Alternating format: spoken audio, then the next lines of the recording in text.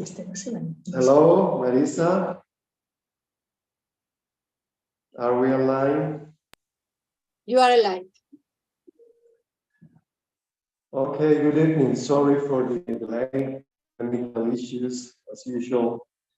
And welcome to this Madrid version of this homage to Toni Negri for his 90th birthday. And this is it. I am Raúl Sanchevilla. To my left, Monse Galceran.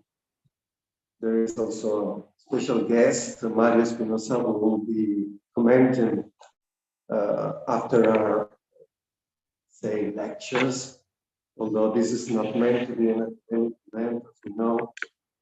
And then there will be some time, hopefully, for questions, comments, and as far as discussion as this forum allows to. So without anything else, we're going to start. As you know, today's topic is what we have called Toni's philosophy of exile during the 80s. That means those texts written between prison, after he was in prison in 79, until, as we know, 83, when he had to escape to France. And during that period, there are very special texts that we were able to publish in Spanish, fortunately, with this awful publisher, Acal, but we didn't know at that point. And those are the texts written between the late period in prison and the 80s exile. That means mostly Máquina Tempo and mostly Fábrica del Sujeto. We also published a later text that is a condensation or let's say a new version, more mature version of those thoughts, those ideas, which is, you know, Alma Venus Kairos Multitudo, which was published after went back prison in Italy in 1970. So hope you like it, hope it's a productive session today's, and without anything else, I give the floor to Monse. Monse? Thank you. Hello, my name is Montserrat Galceran, and I will speak in Italiano. Allora, buonasera a tutti. Cominciamo. Oggi vogliamo parlare della nuova concezione del soggetto e della soggettività legate alle trasformazioni del lavoro che Negri sviluppò negli anni 80 nei suoi pensatori francesi come Guattari e Siglo. Prima di tutto la questione dell'esilio. Sappiamo che Toni fu arrestato nell'aprile del 79 e dopo 4 anni e mezzo di detenzione preventiva fu eletto deputato del Partito Radicale. Quando poco dopo la Camera dei Deputati votò per ritirargli l'immunità, rischiò di nuovo il carcere. Fuggì in Francia, dove visse fino al 97, quando decise di tornare in Italia, con il consapevole rischio che lui sapeva molto bene. Fu infatti imprigionato e solo dal 2004 ha avuto piena libertà. Si può dire che uno come lui, che esce dall'esperienza delle lotte degli anni 70 in Italia e della repressione degli anni 80, mostra tuttavia in quegli anni una grande capacità di ripensare le questioni centrali del suo progetto politico e teorico nelle nuove condizioni che si stanno rendendo visibili in quegli anni. Il suo esilio divenne produttivo, costringendo a pensare con tutta la passione e il dolore ai cambiamenti che stavano avvenendo. In primo luogo il tema del soggetto rivoluzionario, le nuove soggettività, le nuove singolarità e le nuove condizioni produttive, il lavoro immateriale e il capitalismo cognitivo. E io mi concentrerò su di queste questioni. In questi anni Negri rafforza la collaborazione con Deleuze e Guattari. Sono gli anni in cui appare con forza la sfida postmoderna, la cui critica si concentra sul carattere teleologico della tradizione marxista e sulla sua idea della storia, così come sull'assunzione di un soggetto omogeneo e forte come sostegno alle sue posizioni, la classe operaia fondamentalmente pensata dall'immagine dell'operaio maschio di fabbrica. Questa critica, che troviamo soprattutto in autori noti in quel momento, come Baudrillard o Vattimo, non dice nulla sulle lotte operaie, o per dirla in altro modo, non tiene conto della soggettività del lavoratore, dei suoi conflitti, del suo antagonismo. Presume che il marxismo si sia sviluppato come una tradizione teorica e pratica legata all'utopia comunista, ma ignora totalmente il substrato di lotte e conflitti che sono legati a questa tradizione. Aggiungiamo che i postmoderni fanno tabula rasa della differenza tra quelle posizioni che cercano di comprendere le nuove forme di capitalismo, senza dimenticare il ruolo dei lavoratori, e quelle per le quali il lavoro è in estinzione, poiché la macchina sta sostituendo il lavoro umano e configurando una società senza identità soggettive durature, una società di soggetti deboli, invischiati e dissolti in una trama comune. Negri prende sul serio le critiche fatte dal postmodernismo, eppure cerca di rintracciare le nuove forme di lavoro e adesso collegate le nuove forme di soggettività che emergono nei nuovi conflitti. Le società capitaliste degli anni 90 non sono società pacificate. Ci sono ancora conflitti, anche se non hanno il carattere di classe degli anni 70, poiché gran parte della concentrazione di fabbrica sono state smantellate. Ma in questo modo il conflitto non è scomparso, ma è stato spostato. Il conflitto permea l'intera società, che si trasforma in una sorta di fabbrica sociale governata dalle regole e sottoposta alla relatività capitalista. Pensare questo concetto si basa su esperienze di vaste aree in Italia, così come su quello che accade in alcune aree dei banlieues nelle città francesi. Là incontriamo un nuovo tipo di lavoratore, un lavoratore precario, intermittente, migrante, impoverito, eccetera. Il suo conflitto di un nuovo tipo, ma non cessa di esistere. C'è così che la città e il territorio sono i nuovi spazi di lavoro ed antagonismo. Allora è certo che la fabbrica come centro di lavoro e spazio della socializzazione operaia è stata distrutta, anche dovremmo dire che è spostata ad altre latitudini nei paesi, ma la produzione è stata socializzata, facendola appoggiare sull'intera società attraverso l'automatizzazione e le reti informatiche. In un certo senso è come se ognuno lavorasse per il capitale. Voglio citare un piccolo testo di Negri. La distruzione di queste strutture, le fabbriche e le strutture sindacali e politiche del movimento operaio, lascia dietro di sé una massa informe, per uno sguardo esterno, una massa informe di proletari che si agitano nel territorio, un vero formicaio che produce ricchezza attraverso la continua collaborazione e cooperazione. Infatti, se guardiamo il mondo dal basso, dal mondo delle formiche, ovunque si svolgano le nostre vite, ci rendiamo conto dell'incredibile capacità produttiva che questi lavoratori hanno già raggiunto. Questo è l'incredibile paradosso davanti al quale ci vediamo. Qualcosa come se ogni lavoratore avesse i suoi mezzi di produzione a sua testa, il che renderebbe superflua la mediazione aziendale. Emergono dunque nuove forme di imprenditorialità politica che si manifestano nella creazione cooperativa materializzando lo sforzo di fuga dalle forme capitaliste e costruendo reti autonome. E questo tipo di imprenditore biopolitico, che è definito come colui che riesce ad articolare punto per punto le capacità produttive di un contesto sociale, un soggetto che organizza l'insieme delle condizioni di riproduzione della vita e della società e non solo dell'economia. Tende ad essere una figura associata alla trasformazione sociale in un senso emancipatorio, ma può anche avere una valenza contraria, e questo è un problema che, dal momento che l'imprenditore capitalista è anche definito come un organizzatore sociale.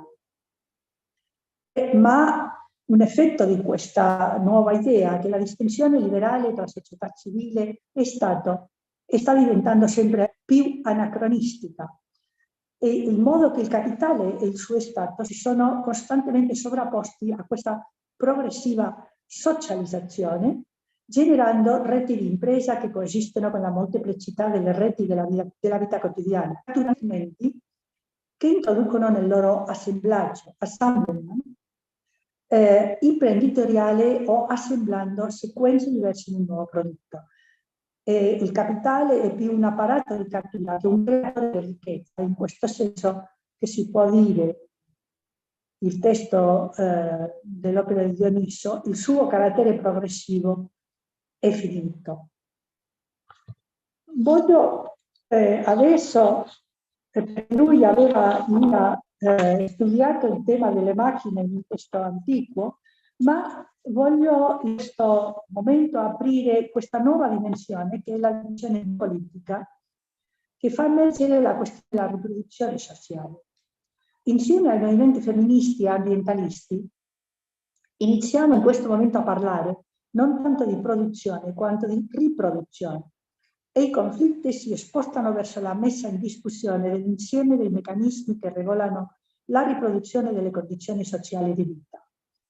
In parte seguendo Foucault, Negri introduce il concetto di biopolitica, che designa l'interazione tra i processi di riproduzione della vita delle popolazioni e le politiche statali volte a regolarle, collegando gli sviluppi, possiamo dire, naturali, famiglia, vita comunitaria, mobilità, eccetera, con le strutture amministrative e istituzionali che li regolano, politiche familiari, istruzione, sanità, trasporto pubblici, eccetera. Nella società di oggi, di sussunzione reale, queste politiche sono sottoposte alla norma capitalista, ma lui si sforza di mostrare il suo altro lato, il modo in cui la sussunzione, in quanto poggia sul lavoro comune, socializzato, di popolazioni capaci, prefigura una modalità politica alternativa, per la quale le misure dell'amministrazione suppongono piuttosto un freno che uno sviluppo. Possiamo dire che nuovi agenti emergono con forza: i lavoratori del servizio pubblico, come la sanità, l'istruzione e l'università, cosa che vediamo oggi, i trasporti, le telecomunicazioni, le poste, i servizi energetici, eccetera.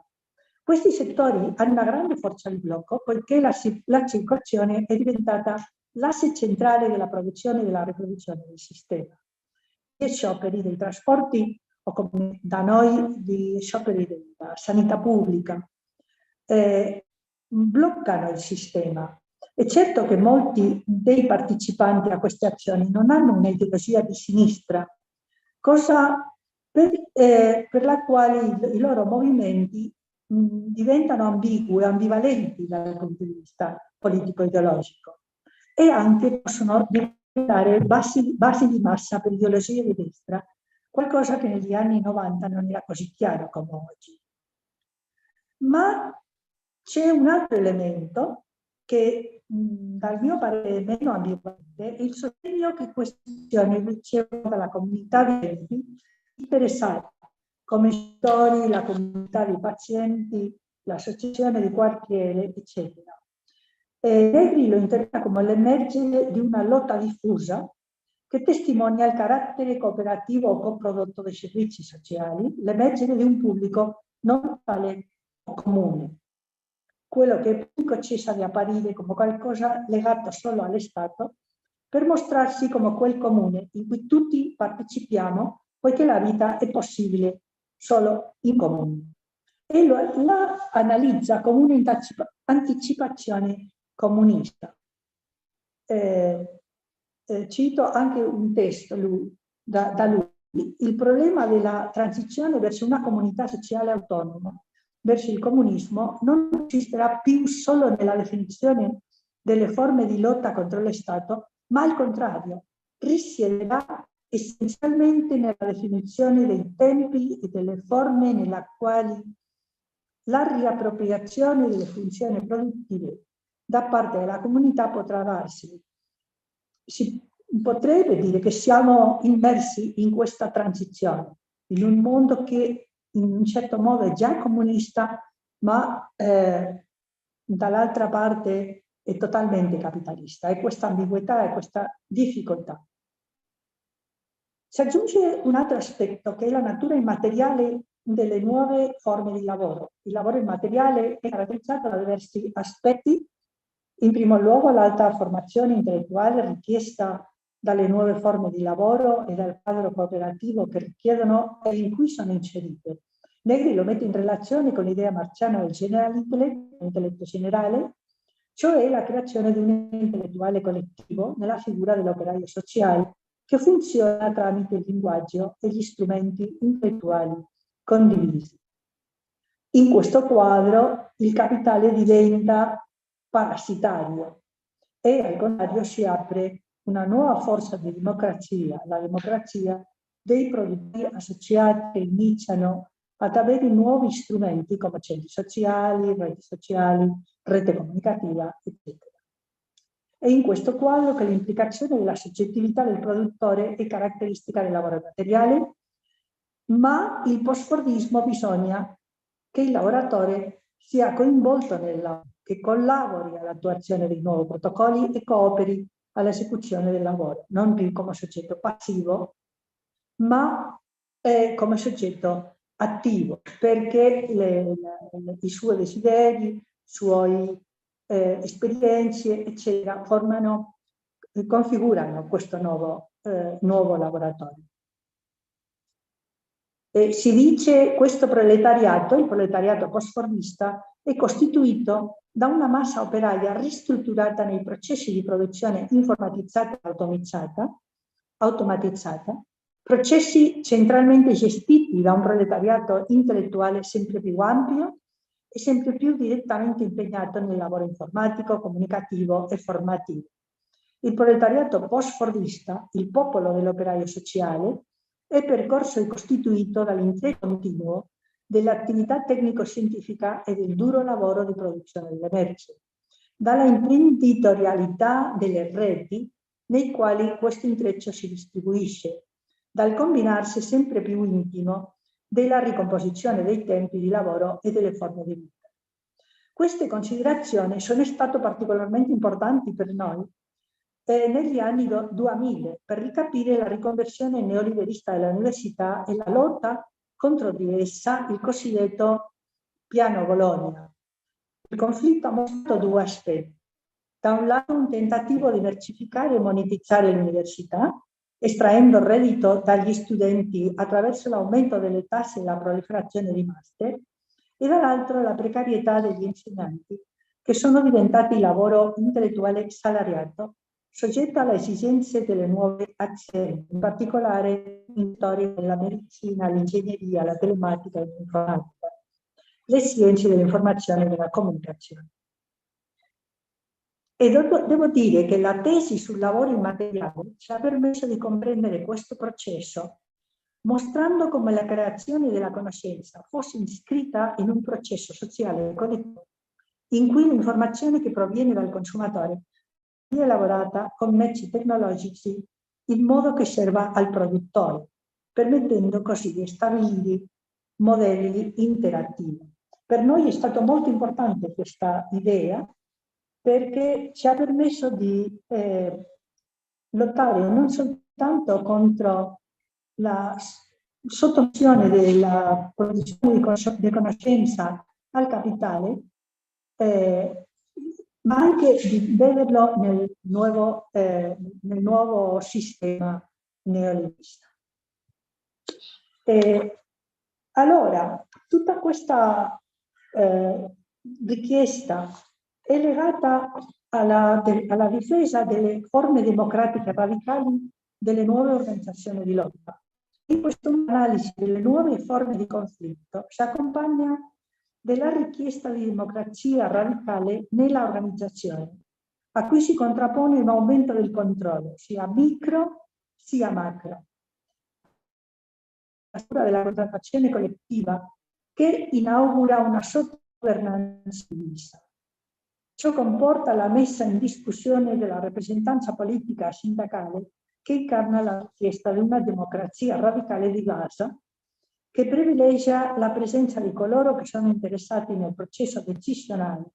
E questo è stato anche molto importante per noi dal tempo del 15 nel processo delle assemblee nelle piazze delle nostre città.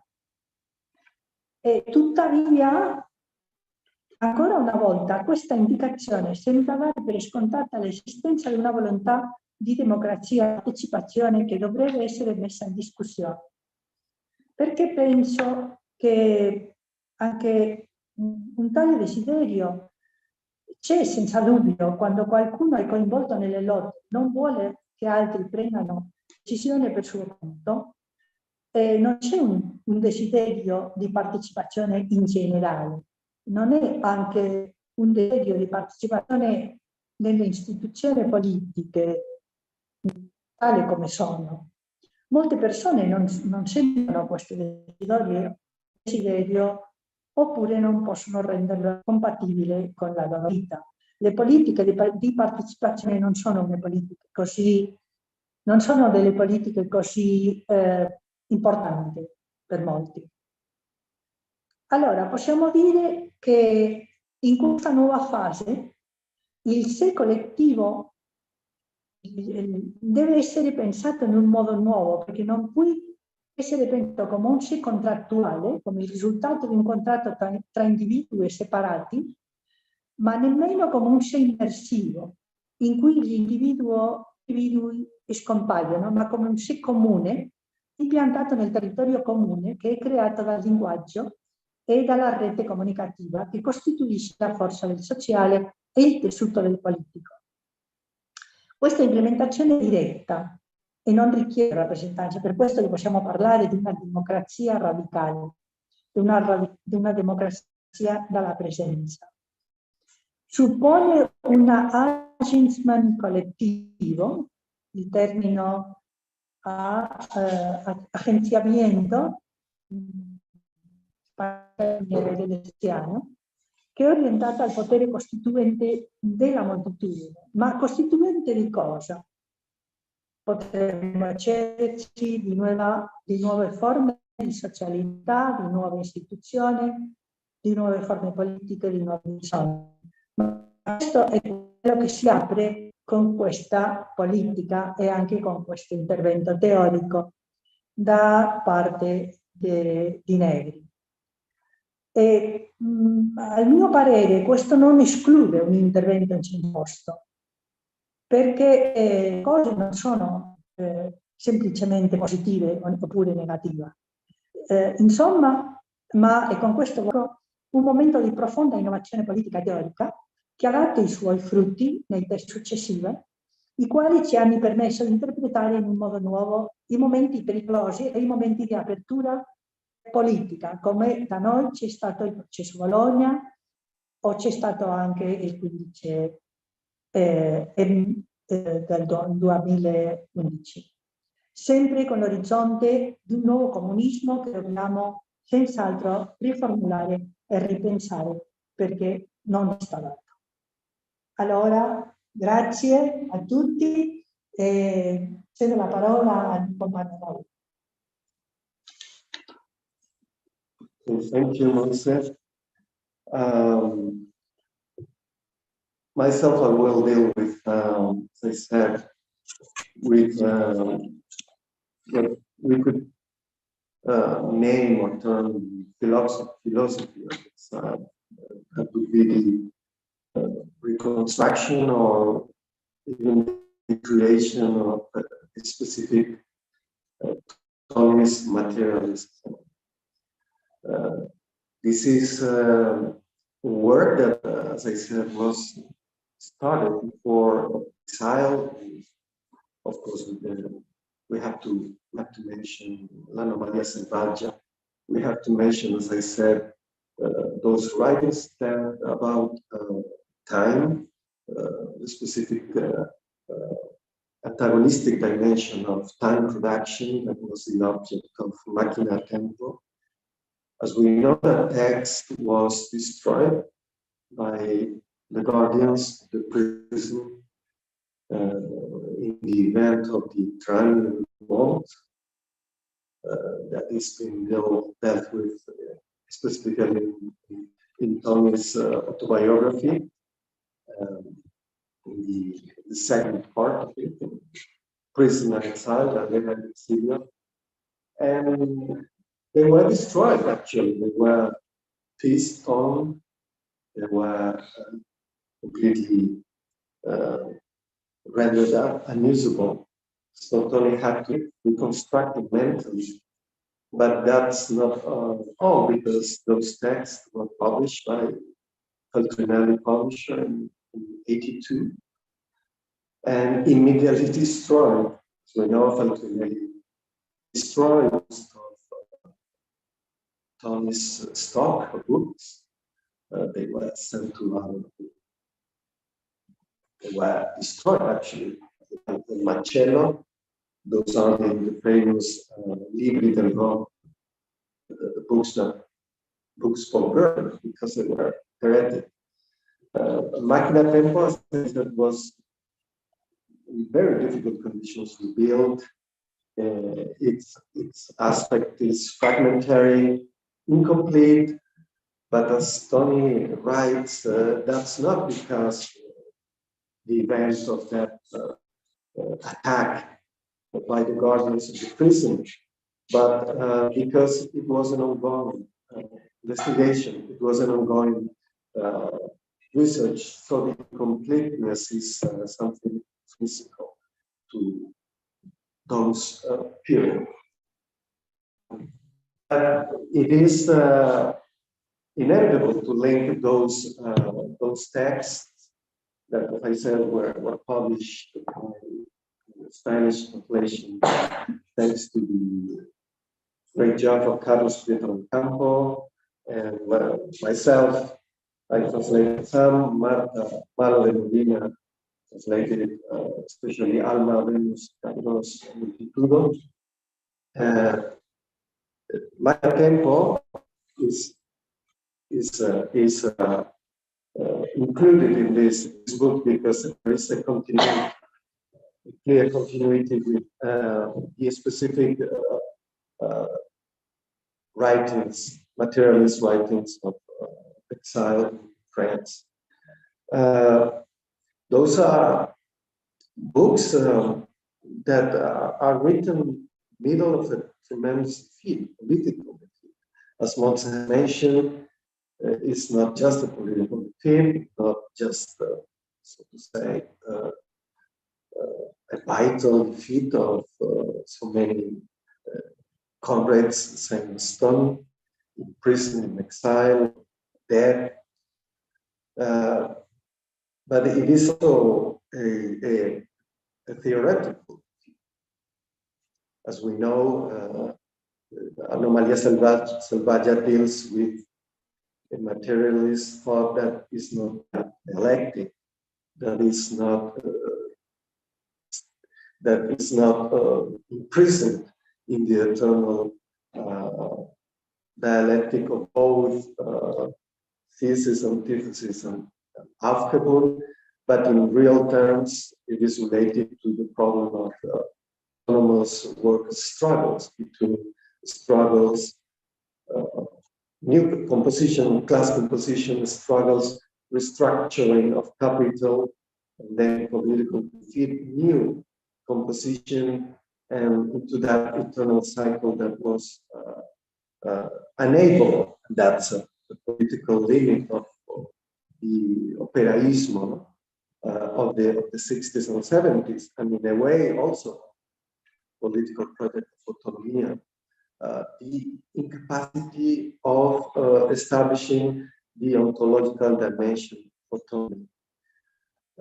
When that coincides with a political defeat and a theoretical defeat, Toni speaks specifically of handicap, in English, let's say, jigsaw puzzle, dilemmas.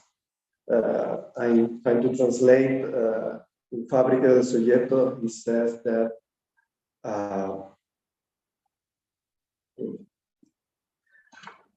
jigsaw puzzle is a limit, an essential limit of the language I use, the impossibility of founding the concept that I express, and the broglio, confusion of any process of verification that we may submit, to which we may submit the relationship, language, concept, reality. Unsolvable contradictions that participate of the whole conceptual mechanisms that governs any attempt of constructing an analytic of logical or ethical reasons. In other terms, Marxism is crisis, and as Monse has said, contrary to so many, I would say the majority of critical thinkers and Marxists of the time, he didn't choose neither an embrace of weak thought, pensiero debole, or la pensée molle in French, the right version of postmodernism, nor a refuge to dogmatism, to a return to the eternal truths of Das Kapital, and things like that. The interesting thing about Toni's procedure is that he embraces critically the postmodernism as an ontological age. In a sense, it is a counter-revolutionary period, but at the same time, it is real in the sense that subjects, languages, institutions, the capacity of naming reality was under a heavy crisis. And that's the basis for Toni's attempt during that time. It started, as I said, in prison with texts like the Prolegomena that we publish here.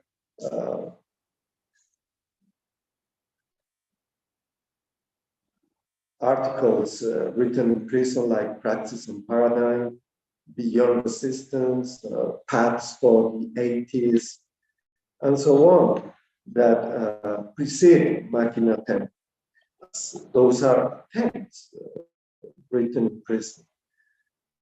But I especially think that Fábrica del Sujeto is a condensation, first determination of a materialism that has been able to go through, to break through postmodernism, or we may say the neoliberal counter-revolution, or we may say the real assumption of reality, labor, and the world under capital.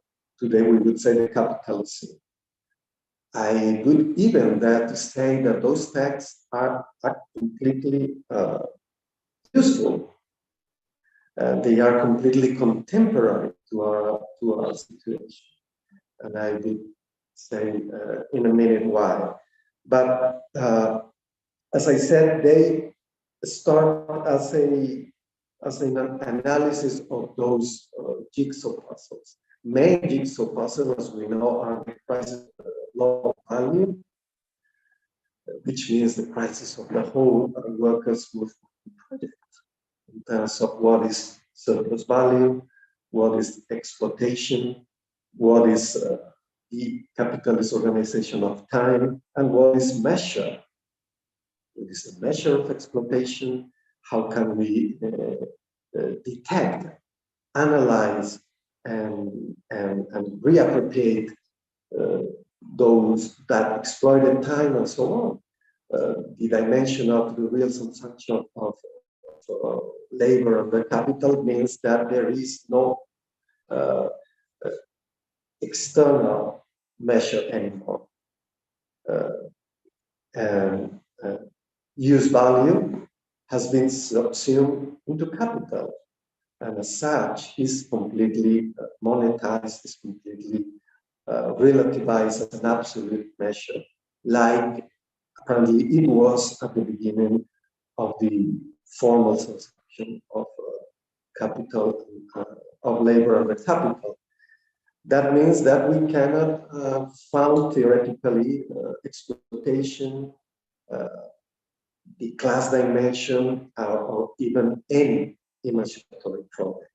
The other, hence, the other jigsaw puzzle is the jigsaw puzzle of transition. What is the communist transition in terms of reappropriation of value, reappropriation of the means of productions and so on. But in Fábrica del Sujeto, those jigsaw puzzles are condensed in three. One is the possibility of explaining power beyond transcendent theological, political arguments. That means what it would say, what is a worker's power, if not a homology or a symmetrical image of capitalist power.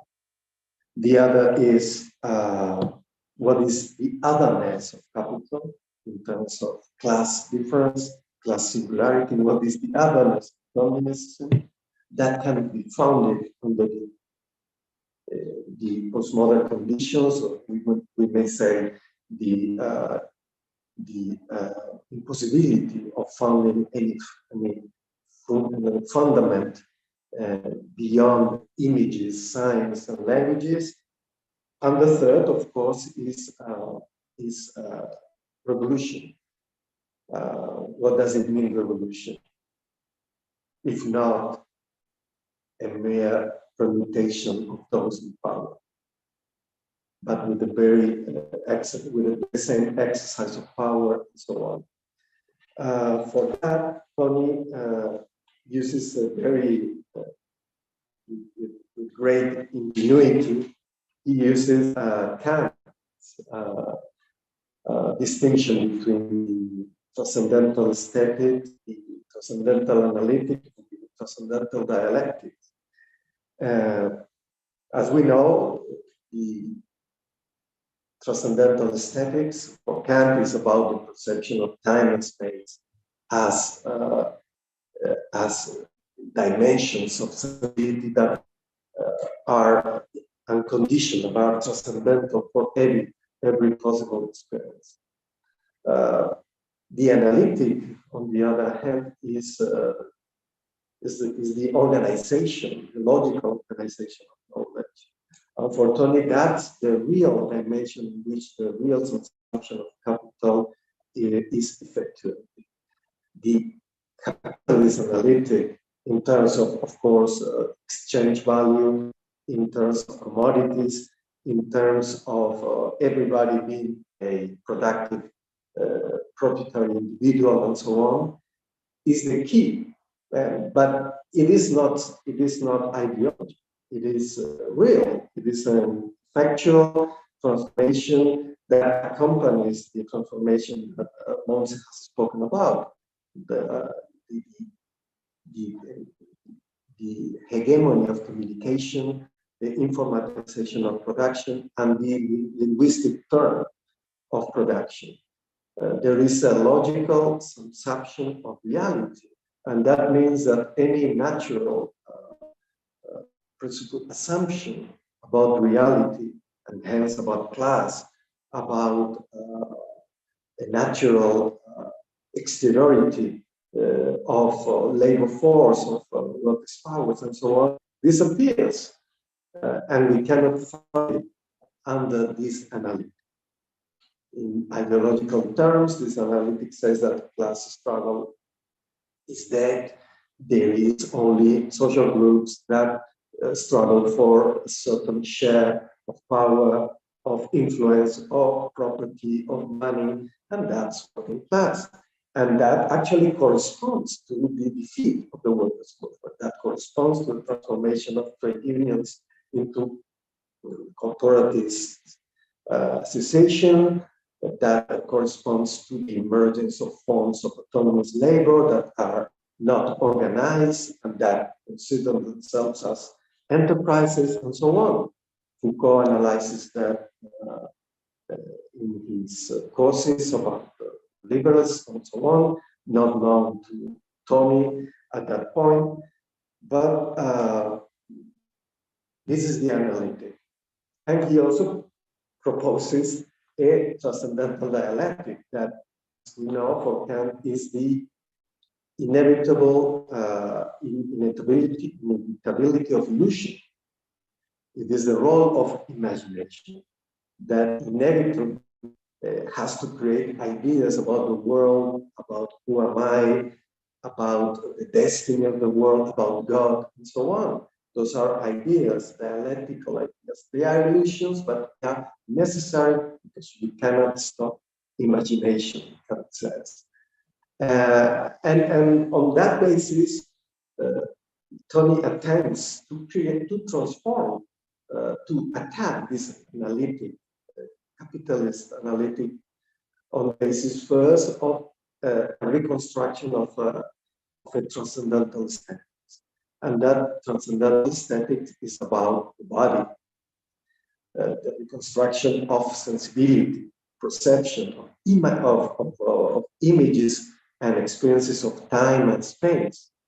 That, of course, break with the distraction of those sensibilities created by the analytic. Because there is a difference between an analytical image and the experience, aesthetic experience of time, the pain, the pain and the separation of the body with regards to the experience of class, exploitation, and so on. The impossibility of naming the experiences of suffering, pain, but also of sensory power of the body on the basis of the grammar of the capitalist analytics. So, on the basis of that transcendental aesthetic, the attempt would be to get to a transcendental dialectics of the body. A transcendental dialectic, which means the power of imagining. The bodies, the collective of bodies as a constituent power. And that's the attempt of Fábrica del Sujeto. In order to do that operation, Toni begins by determining something fundamental, which is the experience of time and space. And the experience of time and space in those years, and I would say mostly now, beyond that pain, suffering that I'm talking about, it's terror. It is terror. We must remember that we are in the Second World War. During the Second World War is about the incoming of the Euro missiles, the Persian fleet against Soviet Union, and vice versa, the Soviet SS against Europe, and so on. But it's also the experience after Auschwitz, after Nazism, fascism, and so on. So this terroristic dimension of the experience of time is something that is pending on any catastrophic event, speaks of something that is the basis for this abstraction of common notions. That is not something that appears in those texts. It appears later in Alma Venus, Kairos Multitudo, but it is the beginning, so to say, of that reconstruction of the commonest, which we would say, which is the contingency of the world. The nuclear terror, we might say today, climate change, the Ukraine war, the finiteness of the planet, and so on, speak of something. That the world is contingent, that being and not being depend precisely in the temporal dimension that we experience today in our particular singular transcendental aesthetics appear as something that could be destroyed, but also that could be constituted differently. And that contingency opens precisely the defundamentation of capitalism as an operation of violence and exploitation. And that is key. And that speaks a lot about our contribution. When, for instance, we might say that today's analytic would be the works of somebody like Adam Tooze, for instance, that in order to explain our current situation, he speaks of polycrisis. We have many crises. We have a crisis in Ukraine. We have a financial crisis. We have a climate crisis. We have an energy crisis, and so on and so on. And somehow we may be able to manage this the way we've been able to manage the 2008 crisis, and so on and so on. That is a reconstruction of the capitalism. That is a repression of the transcendental aesthetics that we are witnessing today, that turn into, of course, a pathologization of experience. That suffers into mental disturbance, nervous breakdown, neurosis, anguish, and so on. That symptomatology of a body that is perceiving that contingency, that terrorist contingency of time. And on that basis, a world of new meanings has to be reconstructed against the capitalism. That's very important also for Toni, the dealings with the Monticelli works that are included as a review of the Monticelli works on Frege and Russell and so on, insisting on Frege's materialist approach to logic, in the sense that seeing in Bedeutungs sense and meaning, or sense or significado are not interchangeable. The Bedeutung points to reality, to a materialist dimension of knowledge, and to a materialist assemblage of logical concepts and practical in-world processes. And that means that the experiences, the common experiences, the collective experience of suffering, of terror, of resistance into these transcendental aesthetics of the body allows us to build common notions that diffuse and make the capitalist analytics. And that's a practical problem. And it's related to another experience of time as something collective, as something that constitutes reality, on the basis of our experience of the contingency of time. These are topics that, and I'm finishing. Mario, please. How much?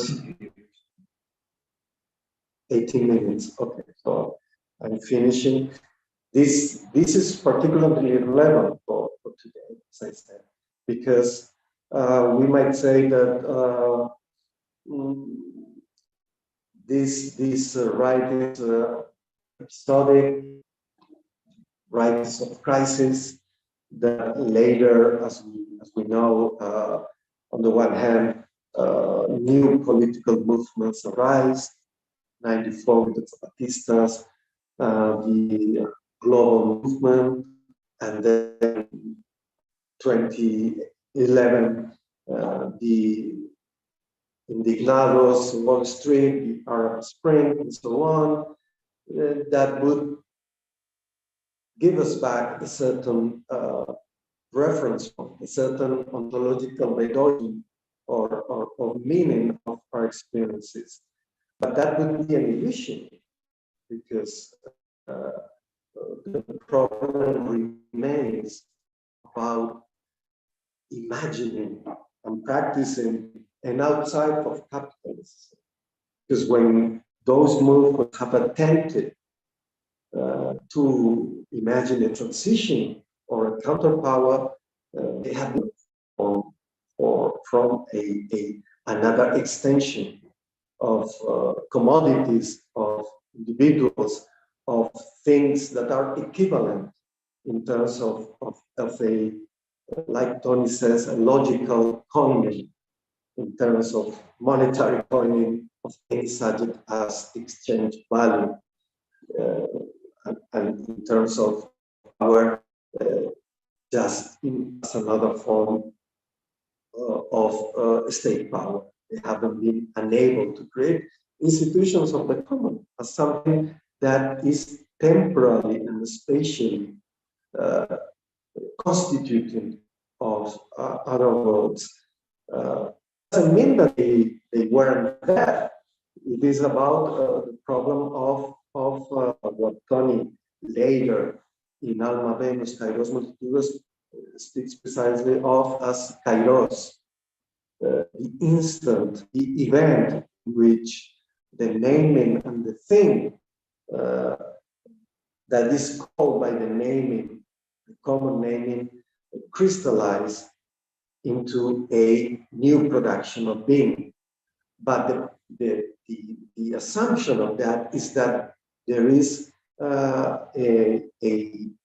so to say, a threshold after which there is only void, a very Epicurean but temporarily activated void, in the sense that the contingency of the world speaks of a real lack of founding, of foundation of the world, and then the possibility of building it, but dealing with the void of determinations, of established determinations.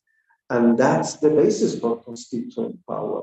It is not a teleological, presupposed arrow of time, but rather the effect of that collective constituent imagination that has been on the basis of new experiences of the body, that of that new transcendental aesthetics that speak of multiplicity, that speaks of singularity, that speaks of commonality, and that speak of grammar, of the cooperation between bodies that breaks away with capitalist analysis.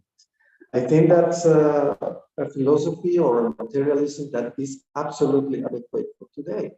Also, in the sense that transcendental aesthetics speaks also of the medium between the bodies and nature. Toni speaks at that point of an ecological machine, in the sense that the real consumption of labor under capital, it's also consumption of the world, nature. And we only have a second nature. He quotes, of course, Pico, no? Verum ipsum factum. But it will be being ipsum factum, as Toni says.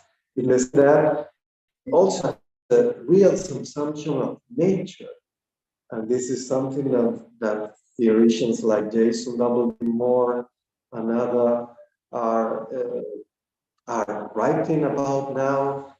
And this also goes beyond the current debate about sex, impacts about the metabolism between humans and nature.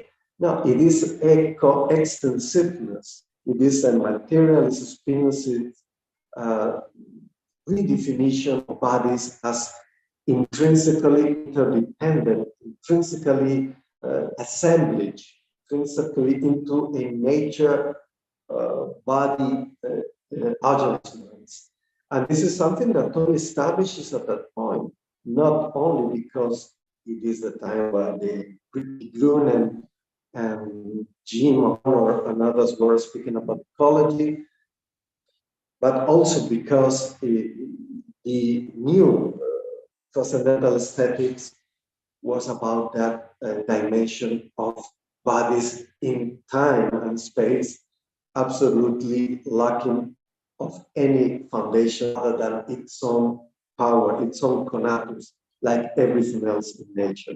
So I think we really have to go back to those texts. We really have to make them known, because Fábrica del Sujeto was published almost clandestinely by a small association of Livorno, because nobody wanted to publish Toni at that point, neither in French or in Italian, not to say in English point. In Spain, Monse knows that in '83, when Toni went to exile, it was the 100th anniversary of my death.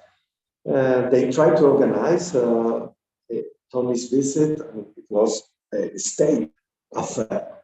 The criminalization of communist thought at that point was such, and not only in Italy. So it is absolutely necessary to read again those texts, because I think they have a richness. They have such an nodosity. They dare to deal with absolutely fundamental questions of materialism that I would say are not so clear in their words, and in series of empire, multitude, and so on, which, as we know, have philosophical elements that are, yes, condensed and so beautifully expressing Alma, Venus, Kairos, multitude. But I would say that that's a later development, a more mature, and so to say, like a wine, well rested thoughts and ideas. But in Fábrica del Sujeto, in Máquina Tempo, they have the wildness, the dareness, the savagery of a constituting thought, like Toni said, at the border of time, floro del tempo. I think that they are fundamental for a communist project in the current situation that has to involve the finiteness of the planet and the ecological dimension. So that's my intervention. And as we said, we have a zero row, so to say, with special guest Mario Spinoza, comrade, Madrilenian, Peruvian, mestizo philosopher, a student of Monse for a long time, and now creating his own thoughts, and that will give us some notes, some comments about. Thank you very much. So you're speaking from there? Yeah. Okay. Sometimes the connection is a bit unstable. You want to come here? No, but if you can. Well, first of all, I want to thank Monse and Raul for their organization, inspiring. Sorry for that.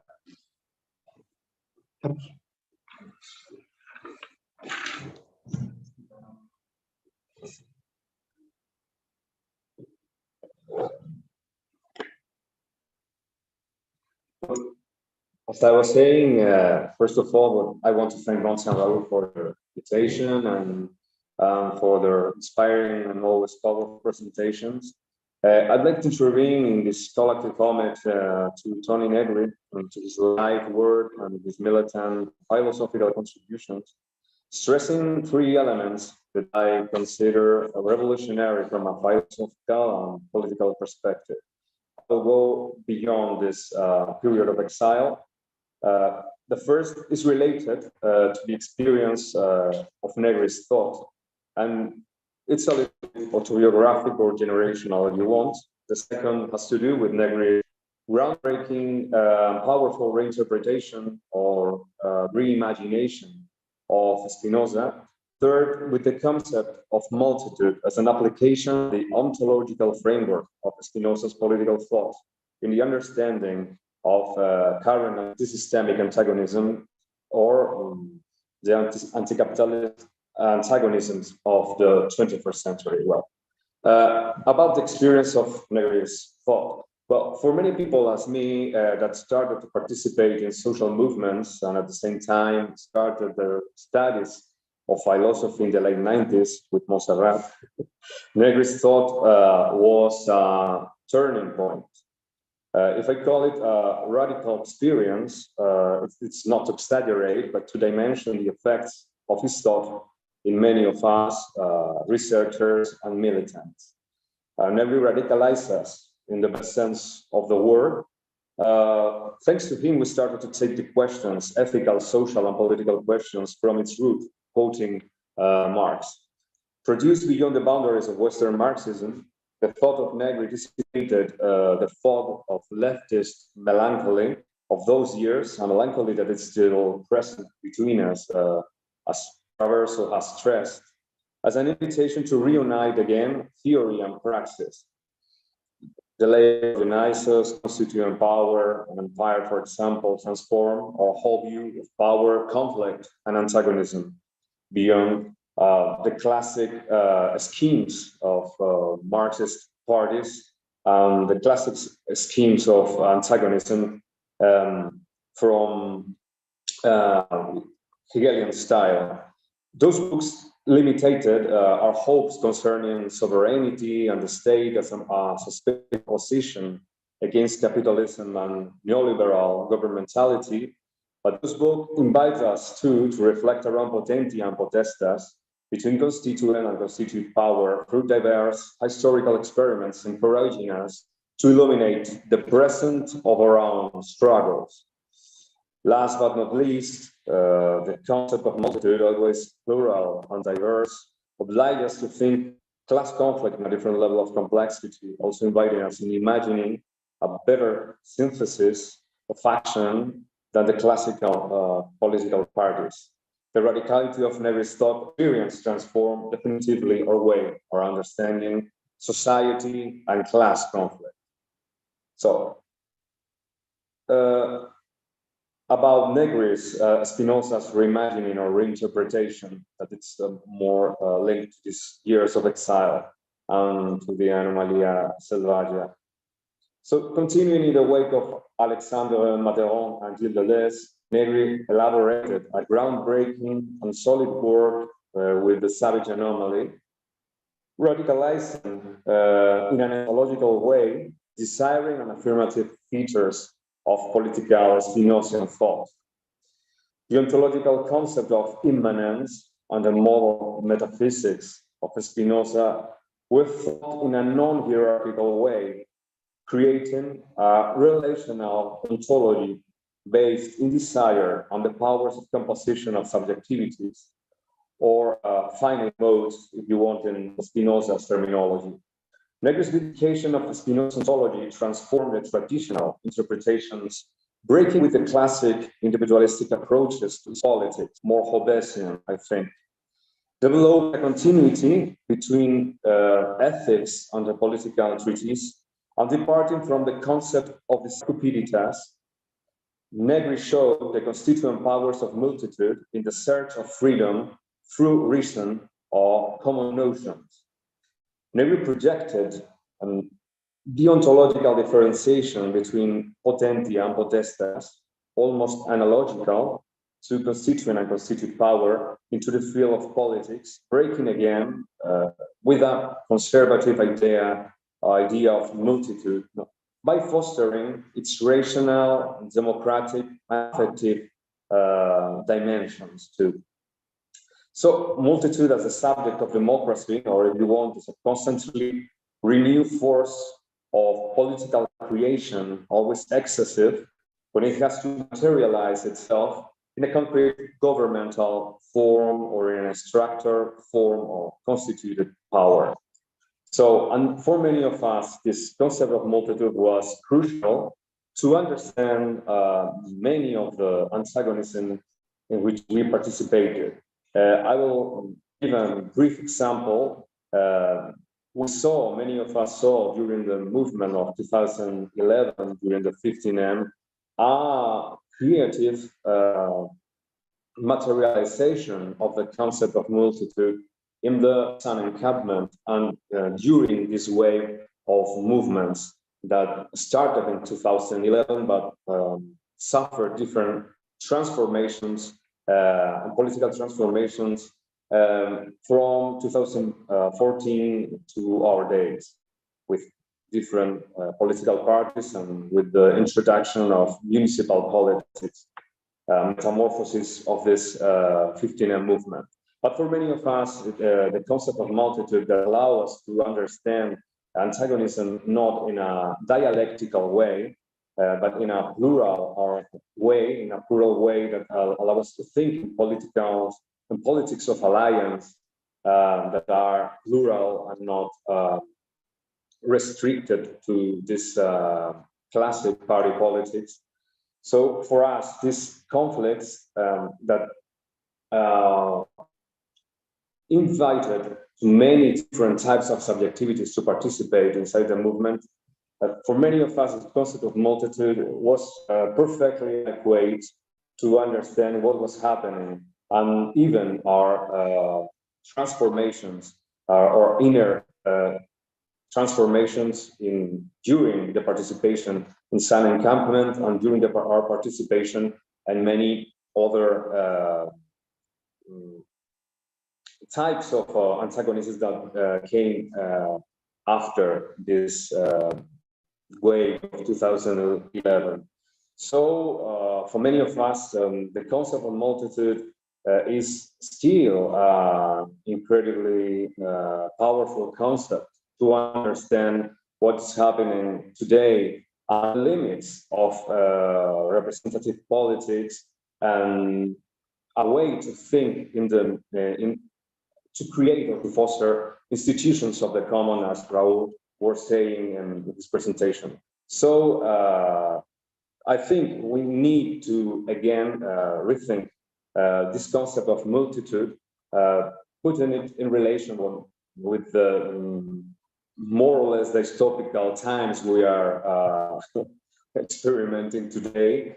And I think this many of the concepts of this time of exile, the concepts of Insight Anomalía Selvagia have to be rethought, because I think they are very fruitful to understand the transformations and the metamorphosis we are suffering right now. And if we want to counterattack, I think this concept will be of a great help for us. So I'm finished.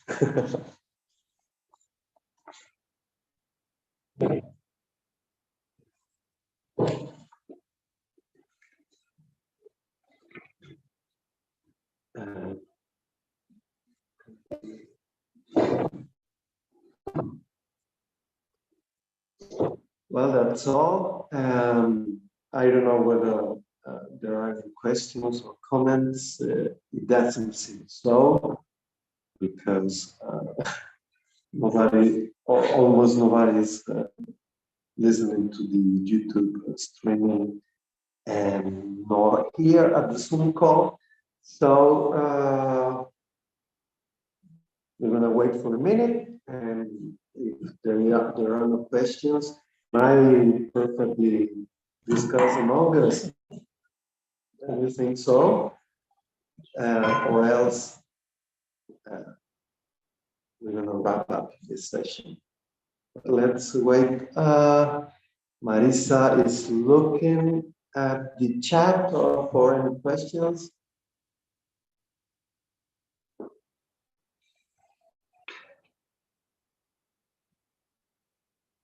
Doesn't seem so. I would, you can speak in Italian, right?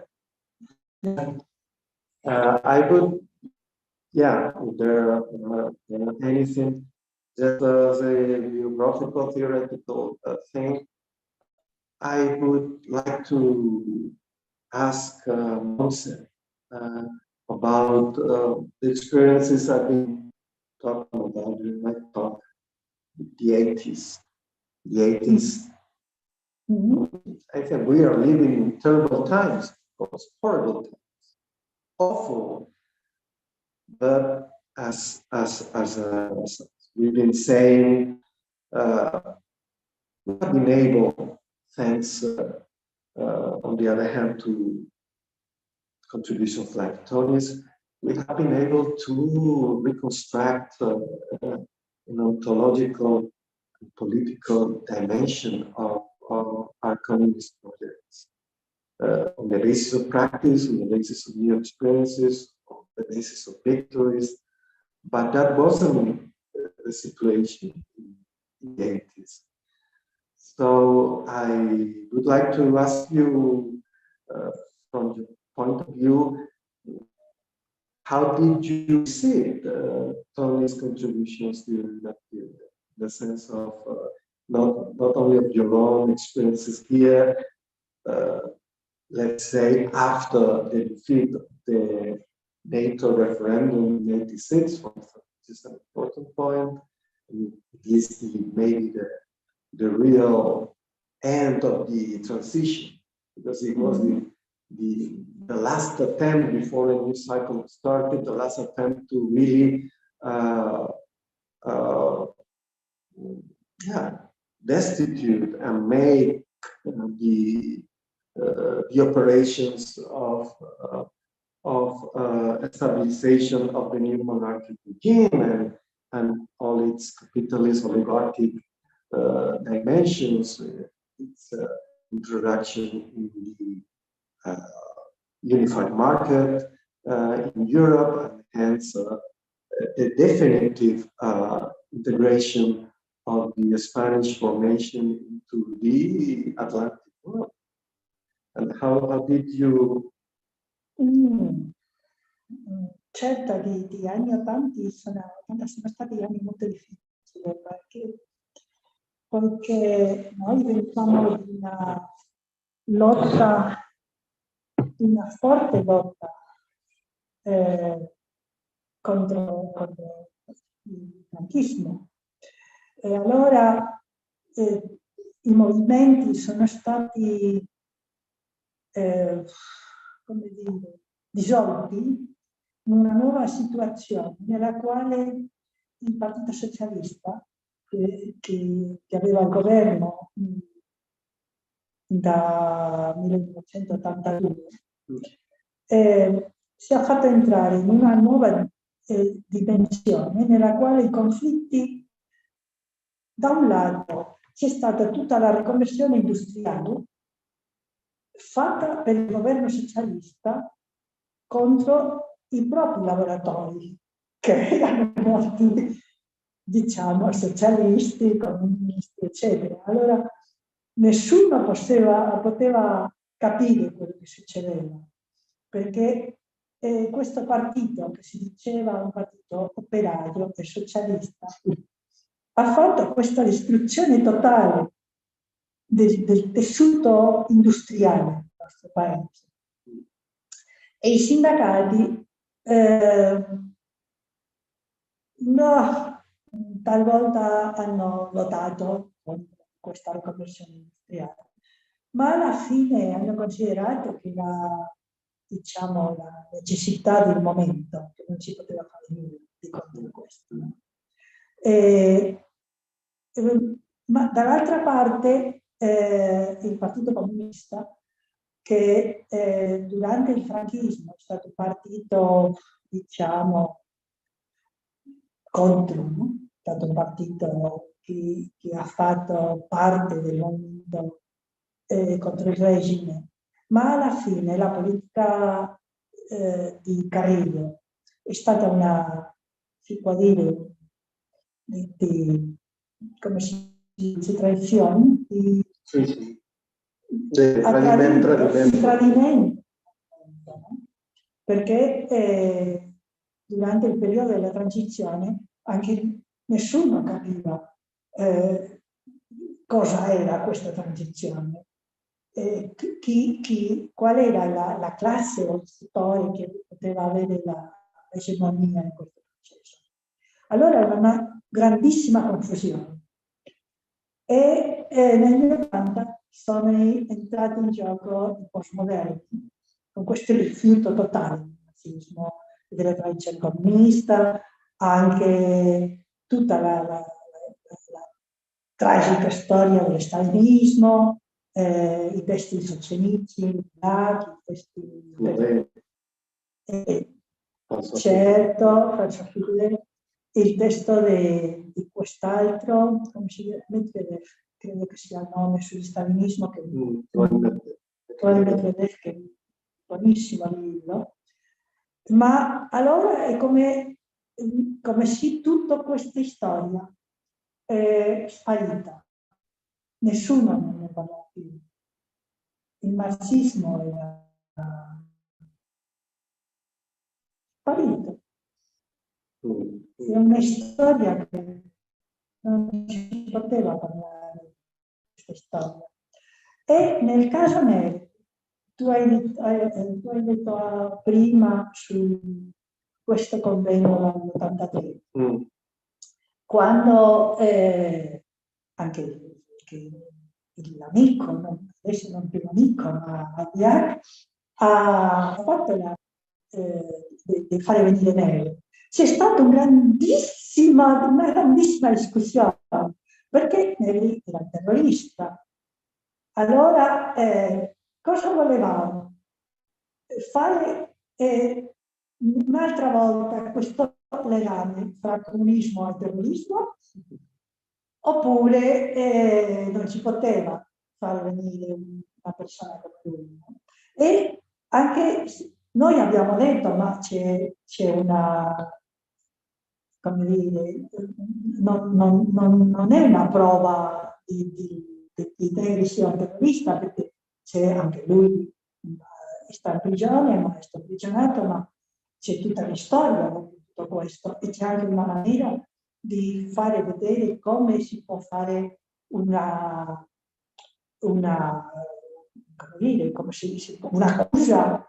senza fondamento. Se lui viene, lui può anche parlare di questo, ma c'è stato un blocco totale.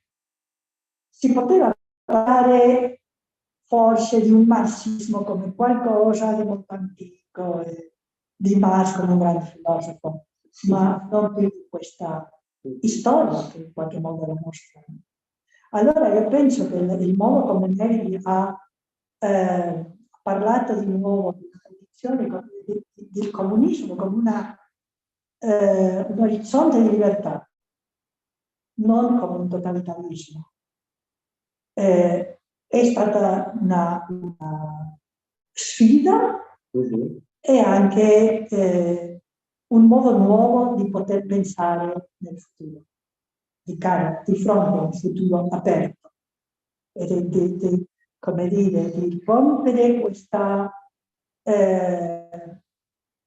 rigidità del capitalismo contemporaneo e del postmodernismo, che anche si dice che è la filosofia della differenza, ma c'è una filosofia molto totalitaria nel suo abbandono della tradizione, no? Nel suo far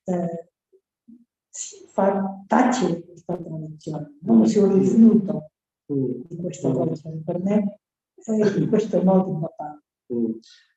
Yeah, but besides that, there is also your own experience, because if I can remember you commenting on Toni's seminar in Paris, because you with our former friend, and now I guess because I would say a dead soul in a living body, Gabriel Alvear. And you went to Paris, not to the seminar. No. So, you were okay. No. So I I thought couldn't. okay. But those were the experiences of during that famous 83 Congress of Marx. In spite of that, Toni sent a letter from somewhere in Europe that was published, nonetheless. But that witnesses about the situation of real heretical and hence orthodox Marxism and communism in that period. Toni's experience is, of course, singular, but it was a common feature. I was younger, but I remember that criminalization of communist thought and any Marxism. I remember well-known Francoist minister and democratic founding father, Manuel Fraga, very close reader and friend of Carl Schmitt. That book there, those were the conditions that book there saying Marxism is there because we are entering the informatization of production. And since machines are doing all the work, surplus value doesn't exist anymore. So the whole foundation of Marxism crumbles down. But that was the level of it. And if not, that was the theoretical stuff. If not, the intentions were good, but the results were regular, no? And that was the discussion. But unfortunately, those are still the terms, which means that, and we are finishing, those Dionysian, I would say, attempts of Toni of resisting and at the same time reconstructing that Marxism, that materialism, getting rid of all the theological assumptions that were so common, that conception of ethics and so on, are absolutely useful today. I mean, because this dimension of ontological alterity of communism is something that entails, that means that communists will always be criminals. And we cannot hope anything else, anything different. And we have to assume that it wasn't just the event of the Soviet Union. The Soviet Union was absolutely instrumental for that. And the whole parable of communism, I think that's also something that Toni insists on, is that any political capitalist ideas and thoughts, not just postmodernism, but today's polycrisis and this idea that there is a Green New Deal, that capitalism can still be reformed. But before the Soviet Revolution, against the Commune, the Paris Commune and so on, the whole bourgeois capitalist thought has only one goal, which is making, destituting, smearing communists. And I think that's, to finish, one of the greatest Toni's contribution, the establishment of that primacy of communism as a preamble, like he says. After the Soviet Revolution, after the 60s, after revolution, communism is the preamble. Any political idea if it is not communist, if it is not a communist idea, it's an idea meant to criticize, to smear, to desecrate communism. And I think that's something so daring and so important that Toni did in the 80s and then, of course, continued under other conditions. Ma la cosa più strana che è successa in questo paese è che l'introduttore del pensiero di Negri è stato Gabriele Bianchi.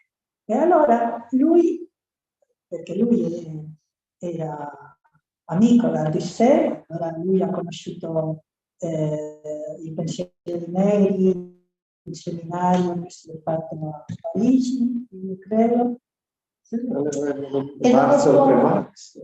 Esatto, e dopo lui ha avuto un rapporto, diciamo, personale, intenso con me. Nel carcere.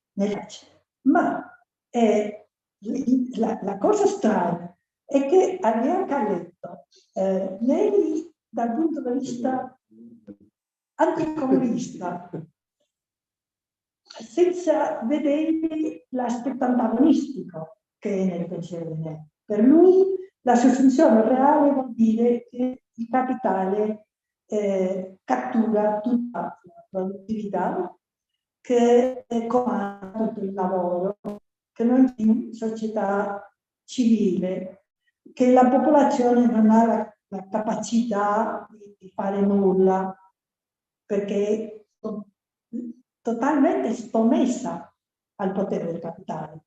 Allora non c'è più un futuro da vedere. E la cosa strana è che la lettura dei testi di Negri da parte della Bianchi era il contrario di quello che Negri stava tentando di aprire, questo orizzonte comunista. Allora non si capiva nulla. Perché da una parte è certo che Albiach vedeva questa dimensione, lui parlava di contro alla criminalizzazione dei pensatori Negri, diciamo dire che faceva malfegia, ma in un senso perverso, perché lo vedeva dall'altra parte, non c'era nulla a fare. Il tema di diciamo, questa spinta terrorista era l'effetto di non capire il cellulare, che è giusto il contrario. Yeah, it was the revolution was synonym of suicide. Yeah, because there is no outside. So the real consumption is an Orwellian constitution of the real, which means that any other meanings, any other elements of contradiction of antagonism were extirpated completely, which means that the memory of that is not just desperation, it's suicidal.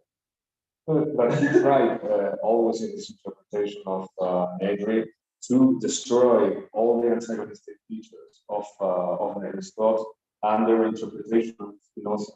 I remember in these classes and so on, this interpretation of this totalitarian interpretation of real consumption.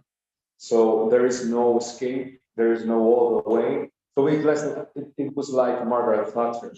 There is no alternative. So you have to, yeah. So you have to adapt. You have to think and to like they want to think, and only the final outcome of all of this was suicide. Was a suicidal thought, or I think it was a very nihilistic interpretation, but it was very, very problematic. We tried to approach Spinoza's thought and Negri's interpretation of Spinoza because of the affirmation, the joy, all the positive affects. When he tried to talk about this, he always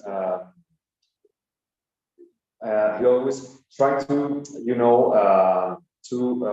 go over it, always obscuring these features of Spinoza and only saying, well, there is potentia, potestas always wins the battle, and you only have to be some kind of subject in a very postmodern way. You have to be an adapted subject, but you have to be cynical.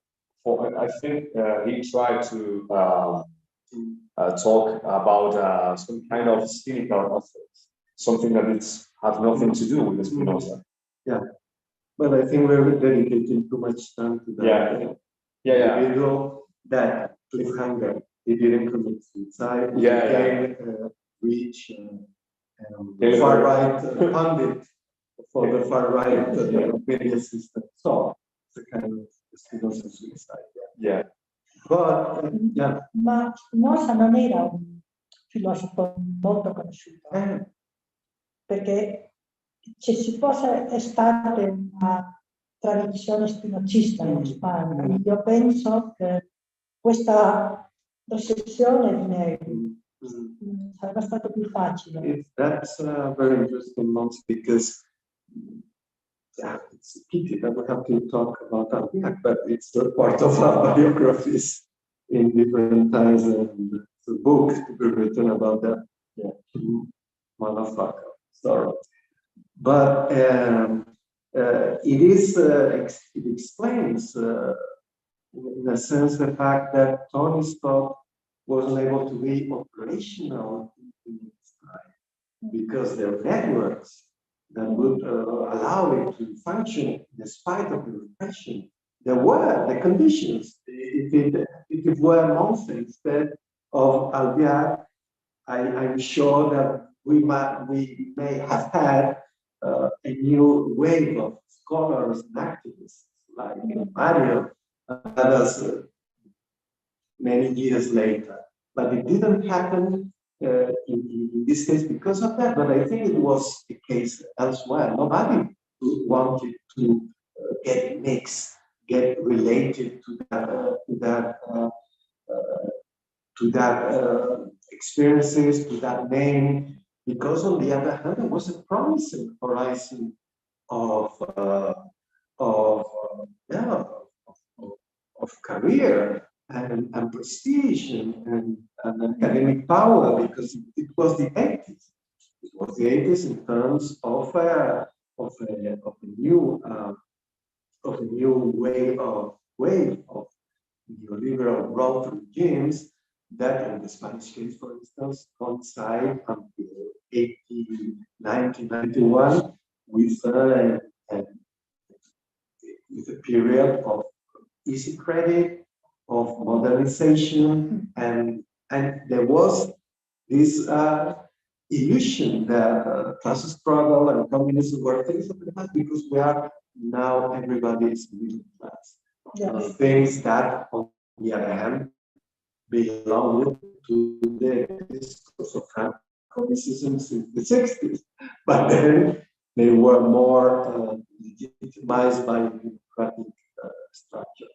So those were the conditions under which those analyses weren't operational at the time. We had to wait to a real reception of Tony's and Michael's newspapers thoughts, which is a pity. But at the same time, when we are finishing, I think that we have to go back to those texts because they are like, I would say, like intellectus and mediazione of Spinoza, before the ethics. They are so important that and so rich and talk so much about the variety that I think they are essential. So thank you. So thank you for your attention. If you are listening or watching us later, and of course, hello to Toni that may have time to listen to us and laugh at us maybe and say, but hopefully this is going to be of some utility to you. And of course, Toni, auguri per i tuoi grandi 90. Auguri. Tienes que esperar a que nos digan algo. Ciao.